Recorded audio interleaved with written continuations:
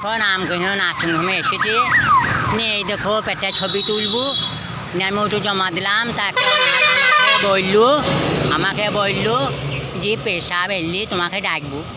এবার আমি কি করবো বাপু, দেখো 5 ঘন্টা ধরে বাইরে বসে আছি, এবার বসেই আছি। এবার একজন বাইরে থেকে এসেও আমাকে বললো হ্যাঁ চাচা তোমার এখনও ছবি হয়নি? বললাম না বাপ এখনও হয়নি। কেন তোমার এখনও পেশাব আসেনি? আমরা না বাবু এখনও পেশাব বাবু আসেনি। আমাকে বললো পেশাব বাবু এলি তোমাকে ডাকবো। আমি ভাবলাম তাহলে ডাকবি। তা বলছি হ্যাঁ গো তোমার এখনও মুত হয়নি?